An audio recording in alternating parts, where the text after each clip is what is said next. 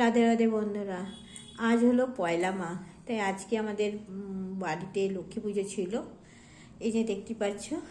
তো আমি যে জন্য ভিডিওটা করছি তোমাদেরকে বলছি। তো আজকের পুজোতে জানো তো, শিয়াল না ডাকলে এই মাকে যে পাতা আছে এটা ওখানে ট্রান্সফার হবে না বাড়িতে। মানে আগে আগে যখন আমি যখন করতাম, পুজো করতাম, তো আমি একটা ওই বড় যারা কাকি শাশুড়িরা আছে ওদেরকে গিয়ে জিজ্ঞেস করছিলাম শিয়াল ডেকেছে, কেন সত্যি করে ধনেখালিতে না শিয়ালের ডাক আমি শুনিনি। কিন্তু লকডাউনের পর থেকে এই যে এখন বাজে হচ্ছে 5টা 10-15 মতন বাজে, একটু পরে এত শিয়াল ডাকবে, যাকগে আমাকে রাত অবধি বসে থাকতে হবে না মা লক্ষ্মীকে নিয়ে। যেমনি শিয়াল ডাকবে তেমনি ওইখানে মানে হাঁড়িতে মা লক্ষ্মীকে সাজিয়ে তুলে রাখবো। তো এটা বলার জন্যই তো তোমাদের শিয়ালটা আমাদের এখানে জানো তো উঠোনে শিয়াল চলে আসে।